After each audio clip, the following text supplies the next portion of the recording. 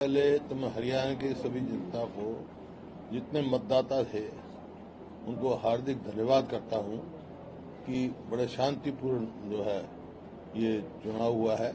कोई ऐसी दुर्घटना नहीं घटी है, तो उसके लिए मैं सभी का आभार व्यक्त करता हूं और अच्छे तरीके से चुनाव हुआ है। और जो एग्जिट पोल है ये तो कल आए हैं। मैं तो कितने दिनों से कह रहा हूं भाई, लोगों ने मन बना लिया है, कांग्रेस की सरकार बनाएंगे। भारी बहुमत से कांग्रेस की सरकार बनने जा रही है। भाजपा के नेता तो कह रहे सर ये एग्जिट पोल हैं? भाजपा के नेता तो ये कह रहे कि एग्जिट पोल कुछ नहीं है, ये खाली मीडिया का ढकोसला है। तो मैं क्या कह रहा हूँ, मैं भी ये कह रहा हूँ एग्जिट पोल तो कल आया, हम तो पहले से कह रहा हूँ कांग्रेस की सरकार बनने जा रही है। सर क्या वजह रही जो आप इस तरह से कह रहे हैं कि सरकार कांग्रेस की बनने जा रही है, मतदान किया लोगों ने, क्या वजह आप देखते हैं कि कांग्रेस को मैंडेट देने जा रही है? क्योंकि 2005 से 2014 तक कांग्रेस की सरकार रही, उसकी उपलब्धि देखी लोगों ने, और ये 14 से 24 तक जो ये मौजूदा सरकार रही बीजेपी जेजेपी की, इसकी विफलताएं देखी।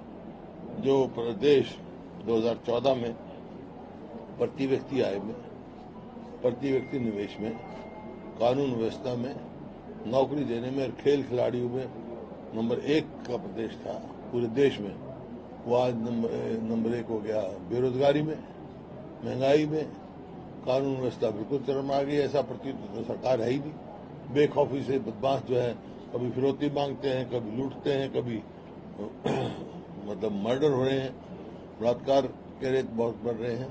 और खेल खिलाड़ियों का तो पता ही है, अपने हमारी जो पहलवान बेटियां, कोई भी खिलाड़ी हो जिन्होंने देश का नाम रोशन किया है, उनको भी न्याय नहीं मिल रहा। नायब सैनी जी कह रहे हैं कि तीसरी बार बीजेपी की सरकार है। नायब सैनी जी कह रहे हैं कि तीसरी बार भी बीजेपी की वो क्या कहेगा वो तो मैंने कहा है ना, उनकी तो एक झूठ की दुकान है, सुबह झूठ बेचना शुरू करते हैं। डिप्टी सीएम दुष्यंत चौटाला ये कह रहे थे कि जो सत्ता बनेगी वो चाबी हमारे पास रहेगी। अब लग जाएगा 8 को पता, चाबी खुगी उनकी। अच्छा, कांग्रेस मांगे हिसाब का कितना असर है? नहीं, पूरे कांग्रेस पूरे 10 साल सक्रिय रही। कार्यक्रम में जो विपक्ष में हमारे को लोगों ने मैंडेट दिया था, हमने पूरी जिम्मेवारी से अपना निभाया और पूरी जन समस्या उठाई। मुख्यमंत्री पद की दौड़ भी चलेगी कांग्रेस पार्टी में, आपका भी दावा है, शैलजा भी दावा कर रही है, रणदीप सिंह सुरजेवाला भी दावा। तू भी दावा कर ले, कोई नाट है, कर ले तू भी। प्रजातंत्र है, दावेदार होना अच्छी बात है। ये क्या है, तो पद्धति है कांग्रेस की। विधायकों से पूछेंगे, पार्टी हाईकमान फैसला कर देंगे। सर जो एग्जिट पोल आया है उसमें नेशनल पार्टियों को ज्यादा सीटें दिखाएंगे, जो रीजनल पार्टियां थी उनको सीटें कम दिखाई नहीं रही है, जैसे जेजेपी है ही नहीं। वो तो पहले कहा था वोट काटों को वोट नहीं देंगे लोग। ये पार्टियां बीजेपी की बी टीम थी, मेरा उनका मकसद वोट काटने हैं। राम रहीम जो जिस तरह जेल से बाहर गया उसका असर हुआ। ऐसा है, जो जुडिशियल मैटर होता है उसमें मैं नहीं बोलता, सब जुडिस मैटर है। कितनी सीटें की उम्मीद है? भारी बहुमत। दीपेंद्र कह रहे थे कि 60 से ज्यादा सीटें हैं। वो कुछ कह रहे, मैं जो कह रहा हूँ वो मेरे से पूछा, मेरा जवाब दे दिया मैंने। अच्छा, आप अगर मुख्यमंत्री बनते हैं तो कैबिनेट में किन किन को खासतौर पर? हाइपोथेटिकल सवालों को मैं जवाब देता नहीं कभी। सर एक अनिल मिश्र साहब ये कह रहे हैं, अनिल मिश्र साहब ये कह रहे हैं, कौन? अनिल मिश्र जी, वो ये कह रहे हैं कि आपकी विधानसभा में 5% कम वोट हुआ, उनकी विधानसभा में 3% ज्यादा वोट हुआ। ये दर्शाता है कि भाजपा को ज्यादा प्यार मिल रहा है। जब तो हारेंगे वो, जब तो उनका सीट खतरे में है। आपने 2 डिप्टी सीएम की बात रखी थी, इस बार सरकार में कितने डिप्टी सीएम होंगे, क्या कुछ बना है अभी प्लान? हाइपोथेटिकल सवाल का जवाब नहीं देता मैं, कई बार सर कहिए। एक सवाल ये है कि कल से एग्जिट पोल जब से आए हैं, अब सुबह 12 बज चुके हैं, तो हाईकमान से कोई बातचीत हुई आपकी? कोई खुश है सारी बात आपको बतानी जरूरी है क्या? सर जिस तरह से पिछली बार जो मतदान परसेंट था उससे कम की बार मतदान परसेंट हुआ है, इसका क्या वजह मानते हैं? जो शहरी वोटर है वो नहीं निकले। कोई वजह नहीं, तो लोगों का मौसम भी होता है, कई दफा कोई चीजें मैटर करती है, कोई खास अंतर नहीं है पिछली बार और 1-8% का होगा मुश्किल से। 1 तारीख रखी गई थी चुनाव आयोग की तरफ से, फिर 5 तारीख रखी गई, बीच में कहा जाता कि छुट्टियां होती हैं। इसलिए मतदान कम होगा। भाजपा ने पहले भी की थी, उन्होंने प्रदेश में चुनाव आयोग में पैसा पत्र भी लिखा था, लेकिन 5 तारीख में भी इतना मतदान नहीं हुआ जितना सोचा जा रहा था कि 55। तो जाता तो है, आप नहीं गए, आप गए थे मतदान करने, गए थे, ठीक है, तो आप में से बहुत नहीं गए होंगे, गए थे, गया था, कर दिया। देखिए हंसन लग रहा है, इसका तो कोई नहीं दिखा, दिखा उंगली, फिर बताओ, फिर आपको सवाल पूछने का हक ही क्या है जब आप अपने मतदान का प्रयोग नहीं कर सकते हैं? अच्छा सर, देखिए भी हाथ यू कर रहे बैठे हैं, यू भी नहीं गया, बोलो कैसे मतदान पड़ेगा? हिंदी नहीं हो कर लिया हाथ,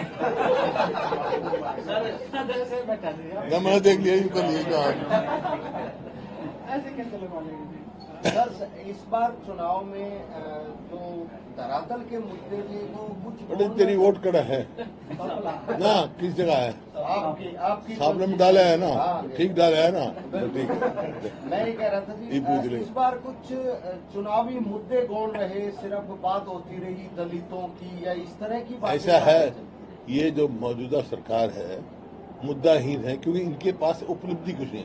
इनको चाहिए था कि 10 साल हमने ये कार्य किया, अपनी उपलब्धि बताते। हमने मेट्रो बढ़ाई, हमने रेलवे लाइन बढ़ाई, हमने इंफ्रास्ट्रक्चर बनाया, हम बड़ी यूनिवर्सिटी ये बनाई, हमने बेरोजगारी इतनी खत्म करी, तो कोई बात थी। मैं भी इनका स्वागत करता भी, ठीक है, कुछ तो किया इन्होंने। वो कुछ करने का है ही नहीं, सिवाय कि कानून व्यवस्था, बेरोजगारी बढ़ाने का, घोटाले पे घोटाला करने के सिवाय कोई कार्य नहीं था। लेकिन शैलजा के मुद्दे को बहुत भुनाने का प्रयास किया इन लोगों ने। नहीं, ये तो क्या करेंगे, आप लोगों ने करा, आप लोगों ने कहा, हालांकि मुद्दा कोई नहीं था, सब कांग्रेस जन है, शैलजा वरिष्ठ नेता है, सबको पता था भी क्या होगा। इस चुनाव प्रचार में सर आपको ही टारगेट रखा है? आपको टारगेट नहीं, ये तो कुदरती बात होती है, जो आता दिखता है उसको टारगेट किया जाता है, तो खास बात नहीं। और खट्टर साहब को करेंगे, खट्टर साहब की तो फोटो हटा दीजिए पीछे से, बता।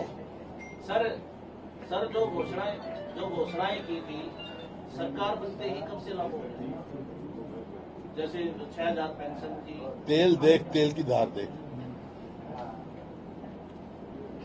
राहुल गांधी और प्रियंका गांधी का हरियाणा दौरा था, उससे कितना फायदा हुआ? है राहुल गांधी और प्रियंका गांधी फायदा क्यों नहीं, नेता है हमारे पार्टी के सारे, वैसे हमारे खड़गे साहब भी आए, राहुल गांधी जी भी आए, प्रियंका जी भी आए, और बहुत वरिष्ठ नेता आए, अशोक गहलोत भी आए, सब पूर्व मुख्यमंत्री भी सब आए, वरिष्ठ नेता सारे आए।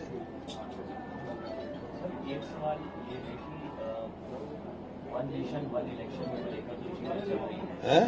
वन नेशन वन इलेक्शन को लेकर जो चीजें चल रही हैं, उसमें पूर्व राष्ट्रपति कोविंद साहब ने बोला है कि इलेक्टोरल जो साइकिल है उसको रिस्टोर करेगा। सर, तो उस पर अगर आप कुछ कहना मैं चाहिए। कह चुका हूँ, उसका समाज क्या है, उसमें कॉन्स्टिट्यूशनल अमेंडमेंट चाहिए, जब वो आएंगे कॉन्स्टिट्यूशनल अमेंडमेंट जब बात करना हमें।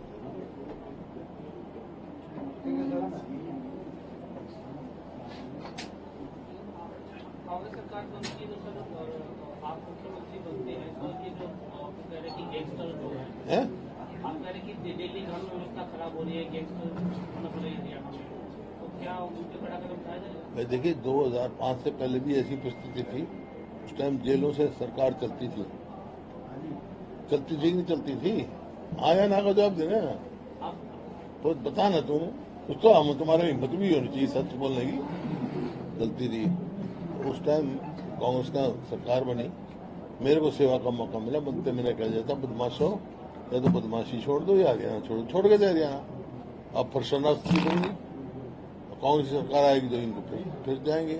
दो चीज जो है ना, बदमाशों को और नशे को खत्म करेंगे, बदमाशी और नशा।